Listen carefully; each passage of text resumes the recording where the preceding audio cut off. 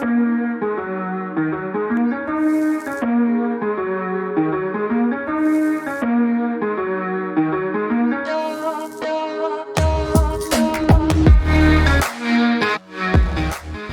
guys, welcome back to another episode of Dynasty After Dark. I'm your host, Calvin Timms. Find me over on Twitter at TDC_Calvin, and you can find me on the Dynasty After Dark YouTube channel.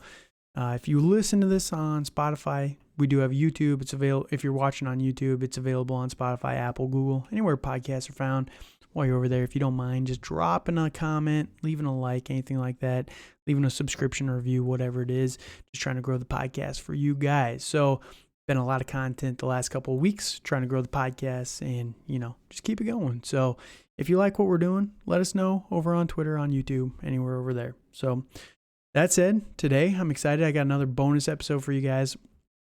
We're going to be talking about where Lamar will play in 2023. So this is a controversial topic right now because, Lamar Jackson was tagged with the non-exclusive franchise tag.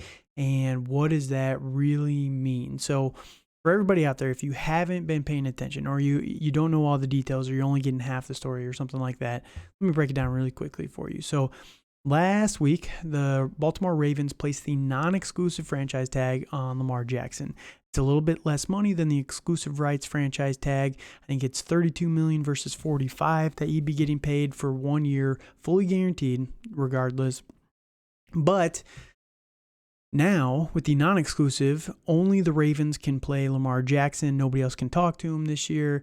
And with the exclusive tag, only the Ravens can play him. Non-exclusive, anybody can sign Lamar Jackson to an offer sheet.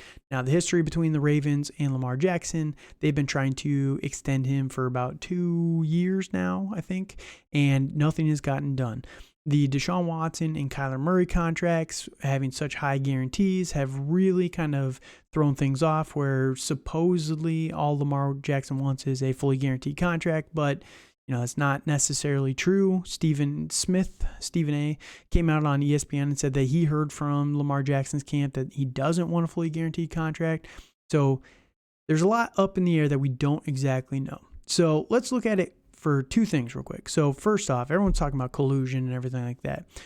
It looks weird when every team within an hour comes out and says, we're not going to explore Lamar Jackson.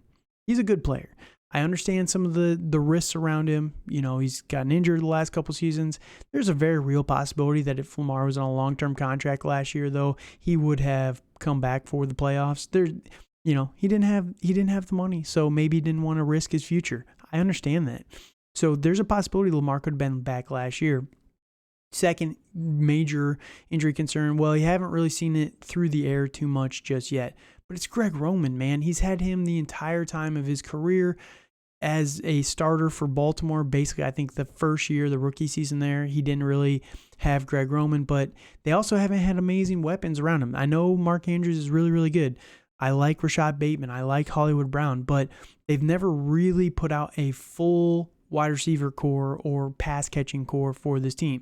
You couple that with Greg Roman's, it's just not going to be conducive for a good passing game.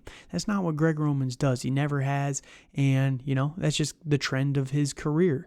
So there's a very real possibility that in 2023, we could see the maturation of Lamar Jackson as a passer in Baltimore if he comes back there and if he signs his contract there.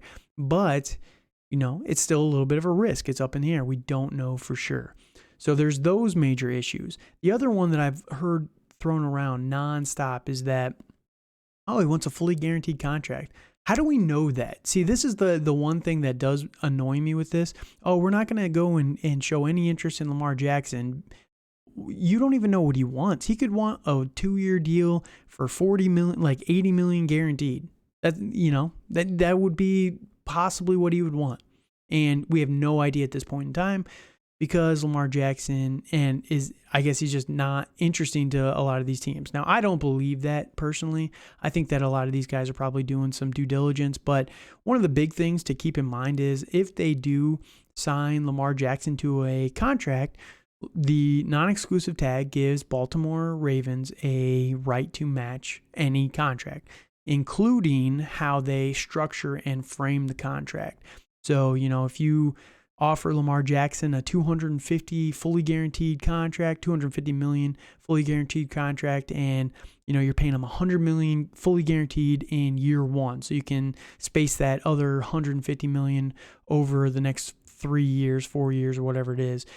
Well, Baltimore would have to match that as well, and they can't just restructure his contract after he gets brought back. They have to match and guarantee the contract that he's offered by another team, which is interesting. So if they let him walk, though, they'd get the first round pick from whatever team that signs him and a future first round pick as well.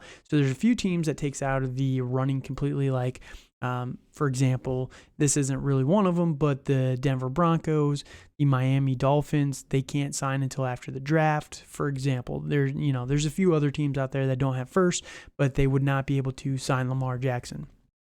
Now, looking through this, because I'm an engineer, I like logic and I like to break things down. There's only a couple teams that realistically could make an offer sheet that the Baltimore Ravens would not be able to match. I'm looking at it very roughly, really quickly, because Baltimore would have 5 days to match whatever contract Lamar Jackson was given, right? So as of right now, the Baltimore Ravens can get up to $56 million if they restructure all their guys without cutting a single player. They can get up to $56 million in cap space, which puts them about $6 million behind the Atlanta Falcons at second. Easily puts the Baltimore Ravens in third place for all of the NFL teams. What are you going to offer him in a year one contract? You'd have to offer him $60 million fully guaranteed in year one for the Baltimore Ravens to not be able to match that, right? Now, you can make it so that, you could offer him $40 million fully guaranteed in year one, $45 million, so that even if the Ravens got up to 56, they have very, very little left, maybe you front load it, you put $50 million in year one and year two, and then the back half of the contract is a little bit cheaper, and that really puts a squeeze on the Baltimore Ravens to the point where maybe they don't want to match that at that point in time, but it's very, very tricky to create a contract where they just simply cannot match the said team, right? So I think only the Atlanta Falcons could do that right now, and, the Atlanta Falcons, it would be a very, very good offer by them because they'd have to give up the number 8 overall pick, and maybe they do a $40 million fully guaranteed over the first 3 years and then back it off or whatever it could be, and they give up the number 8 overall pick, their 2024 first, and it could be very interesting. Baltimore or the Atlanta Falcons, they could increase their salary cap as well going forward, but I just don't see it as a realistic possibility that anyone is going to create a contract that the Ravens just cannot match. And there's a lot of rumor out there that they're just going to match whatever contract they get offered by any team, right? So, as long as they can make it work, they're going to do it. Now, what does that mean, though, for Lamar Jackson and his future? First off, I don't think it means that the Baltimore Ravens are going to match any contract. Like I said, if you're going to create a contract where it's fully guaranteed for $200 million and it's 4 years or something like this, right? We're just going to throw some hypothetical numbers out there. Not even necessarily something that is on the table. I think a lot of the owners don't want to do fully guaranteed contracts. They could do something like a Kyler contract or even Daniel Jones, more guarantees and everything like that. But the Baltimore Ravens, they're in a little bit of a pickle for their salary cap moving forward. In 2023, they're with Lamar Jackson on the books. They are just a little bit under the salary cap right now, $2 million. They can make that work. They can get up to like $25 million again, like I mentioned, by restructuring a lot of these guys. But in 2024, they really don't have a ton of cap space available to them at this point in time. If you look at it as of right now, they've got $90 million for next year. I don't think that's with a rollover of $40 million from this year. That's not going to happen. So, you take that down to $50 million. They're going to sign a bunch of guys here this offseason. They're going to restructure, work the contracts and things like that. So it's going to go up from there, right? And with the salary cap being $235 million and they're already at 185, that's going to be tough for them to, without any more additions now, to have a lot of cap flexibility next year. So again, you make a fully guaranteed, let's say it's a 4-year contract for $200 million fully guaranteed, and you're paying $100 million over the first 2 years. That's very, very difficult for the Baltimore Ravens to match. Now, again, I don't think that there's going to be a fully guaranteed contract, but at that point in time, you have to look, if you're Baltimore, and say, is it worth it for us to, go after Lamar Jackson and match any contract, or do we take the number 8 overall pick and a 2024 first round pick? I fully believe that Lamar Jackson is going to be back as a Raven in 2023. They're probably going to try and franchise tag him again next year, and at that point, I could see Lamar Jackson holding out completely. I don't believe that he's going to hold out in 2023. I think he's going to play out this one. He'll come back next year. He'll count against the Baltimore Ravens salary cap next year, which is going to be even worse. Again, they can't really add a lot of guys. They're at $190 million for next year, 2024. Without Lamar Jackson, they only have 33 signed players. That's a very, very large problem. You have a lot of holes that you need to fill, and when you're paying that many guys that much money, that's tough, right? That is very, very tough. So, he could definitely hold them hostage a lot more in 2024. And again, maybe that's where it's a little bit more interesting to go and get those 2 first-round picks.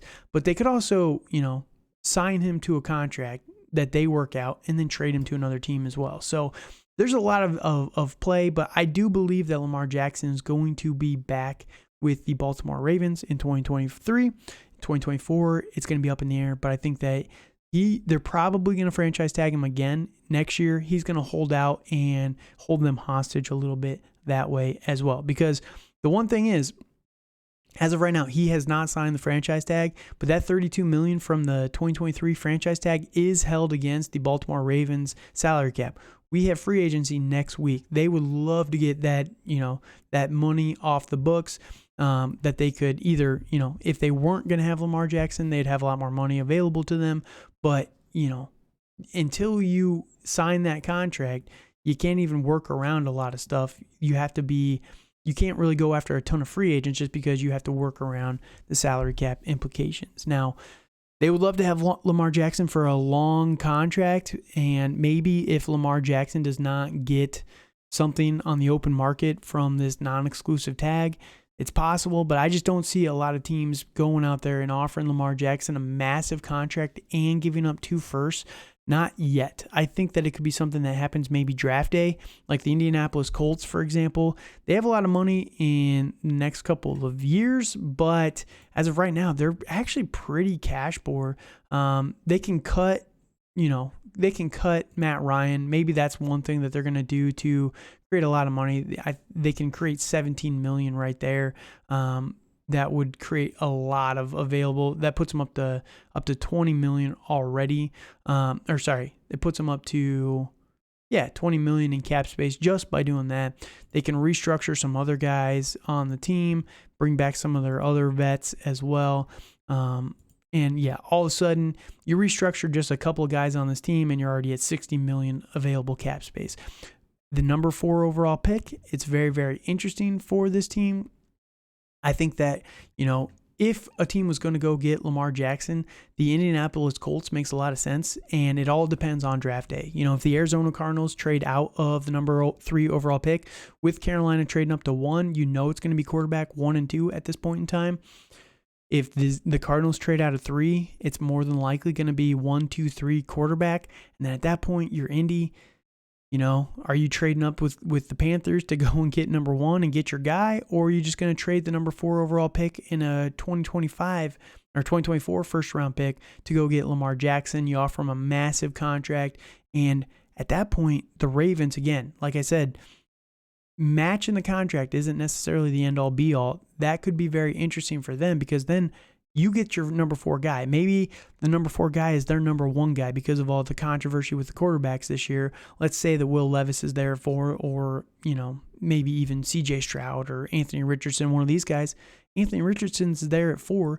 You get a new rookie contract for a quarterback. You get to replace Lamar. The fan base might not love it, but I think a lot of the Baltimore Ravens fans are feeling a little slighted by Lamar Jackson at this point in time. They want him to be a Raven long term. And if he's just not going to play ball with the team, I think that's going to burn people a lot more than people give it credit for. So I think Lamar Jackson at this point in time is going to be a Baltimore Raven. And the only team I could see really doing something would be the Atlanta Falcons or the Indianapolis Colts, and they're the only ones. I think that nobody else is really going to be able to, again, make an offer that's going to be compelling or give up a couple of first-round picks that's also compelling as well. So, as of right now, he's going to be a Raven in 2023. 2024, that's to be determined. But, yeah, again, I think they're going to tag him one more time, and, yeah, we'll see where it goes. But for fantasy-wise, Lamar Jackson, I don't think his value has changed at all. They are bringing in Todd Monken, so they're going to be trying to expand this offense a little bit more. Monken is a little bit known for his good years with Jameis Winston down in Tampa Bay. So there's a lot of potential there that they could open up this offense in the receiving options as well.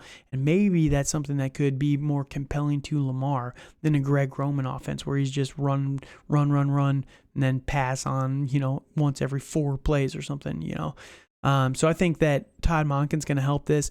Mark Andrews is still going to be a stud with Lamar Jackson. I think Rashad Bateman is being slept on quite a bit. So go and invest in those guys because of all this uncertainty. And, there's a very, very real possibility. And even if they don't bring Lamar back, they're going to go and get one of those young guys. They're going to get a high pick in this upcoming draft. And whether it's by trade or, by just simply staying at 4 and getting a guy, they're going to get another quarterback to replace Lamar Jackson. So, don't panic on these options just yet. I think Mark Andrews is still a top 3 dynasty tight end. Rashad Bateman still has the potential to break out as a stud wide receiver. So let me know your thoughts over on Twitter, on YouTube. Like I said earlier, if you're there, please leave a subscription. Tell the podcast to one of your friends. We're just trying to grow it organically with you guys. Hit us up with any comments or any questions you might have. And yeah, we appreciate you guys joining us. So thank you guys for listening. Have a good night.